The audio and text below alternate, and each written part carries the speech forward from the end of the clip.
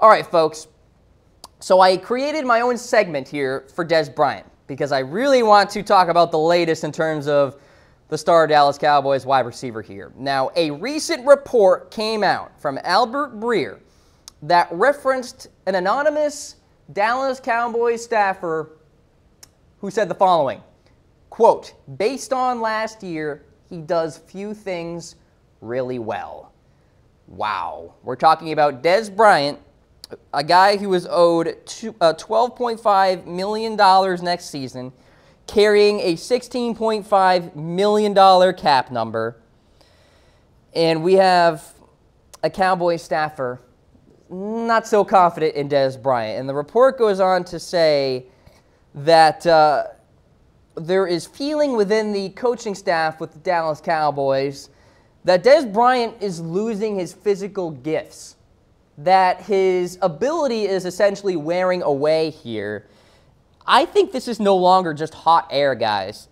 I mean, we have a Dallas Cowboys staffer who appears to not think there's much return on the investment here in terms of Dez Bryant. And Breer also said in this report that the Cowboys' failure to sign Sammy Watkins actually saved Dez Bryant's job. So what that essentially indicates is if the Cowboys got Sammy Watkins, which would have been a huge acquisition and a huge signing, Dez Bryant would be on another team, or at least on the open market looking for another team. So, wow. I mean, pretty crazy stuff here. And, you know, there are people out there that argue that Dez Bryant should be cut. And I'm one of those people.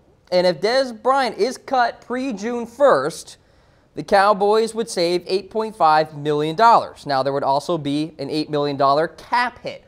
So you may be thinking, what about post-June 1st? Savings get even better. $12.5 million with a shrunken cap hit and dead money hit, if you will. So if you wait till post-June 1st time, cutting Dez Bryant makes some sense. Now, obviously, that is far down the line here. We got to wait a couple of months for that to happen. But reports also suggest that the Cowboys could cut Dez after the draft. So say maybe the Cowboys fall in love with a couple of wide receivers. There are a couple of wide receiver prospects, and they get them. Now, all of a sudden, you have a depth chart that is getting very loaded. And there's got to be a couple of odd men out here, right? Because the Cowboys, of course, signed Deontay Thompson. They signed Allen Hurns. People are saying maybe Cole Beasley could be cut. Of course, Bryce Butler signed with the Arizona Cardinals, so he's gone. Now, the Dez Bryant should he or should he not be cut question is one of the more polarizing topics, not just for Cowboys fans, but also for general NFL fans. And that's why we want you weighing in. Should the Cowboys cut Dez Bryant? Hit me with a heart in the reaction poll if yes. Get me with a like if no.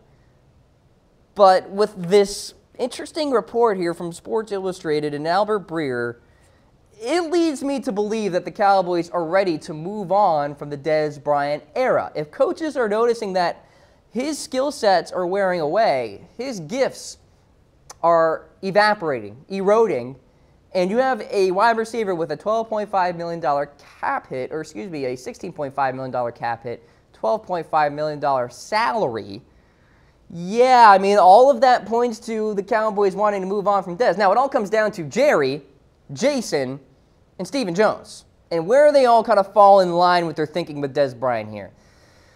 Jerry Jones has been the, shall we say, officiator of all this. It seems he's kind of been stuck in the middle of all this. And Stephen Jones has kind of been the bad cop in all this, as I referenced Tom Downey, our host at the Cowboys Report here on Chat Sports, how Stephen Jones has said before that Dez Bryant can be a distraction. Now, the argument is also that, well, maybe the media is running away with that statement and it could be taken out of context and, you know, we're making too much of what he said there, but he said it. It's there in plain paper, in plain print. And then this Cowboy staffer saying, based on last year, he does very few things really well. I will say this.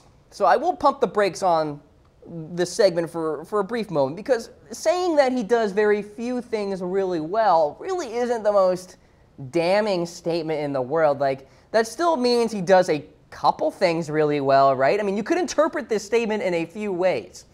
So I just think it adds more fuel to the debate here about the ongoing Dez Bryant situation and whether or not the Dallas Cowboys should move on from him. And from a financial perspective, yes, it is not the most optimal decision to cut Dez Bryant because there is a dead money hit, particularly pre-June 1st. But if you're thinking post-June 1st and you're getting $12.5 million in savings, yes, there's a little bit of a dead money hit, but it's not as much as pre-June 1st. Why not do it, especially if you are within the camp and the Cowboys head coaching staff that feels that Dez Bryant is a distraction, that feels that you need to move on. You need to make the symbolic cut, if you will, where you are creating a new era in the wide receiver core.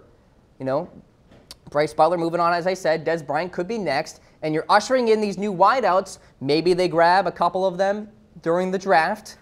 And you see Allen Hurns and Deontay Thompson start to come to the fold here as impactful wide receivers. I'm not saying it's going to happen. I'm saying that that could be the thinking for some folks within the Dallas Cowboys leadership and head coaching staff and coaching staff in general.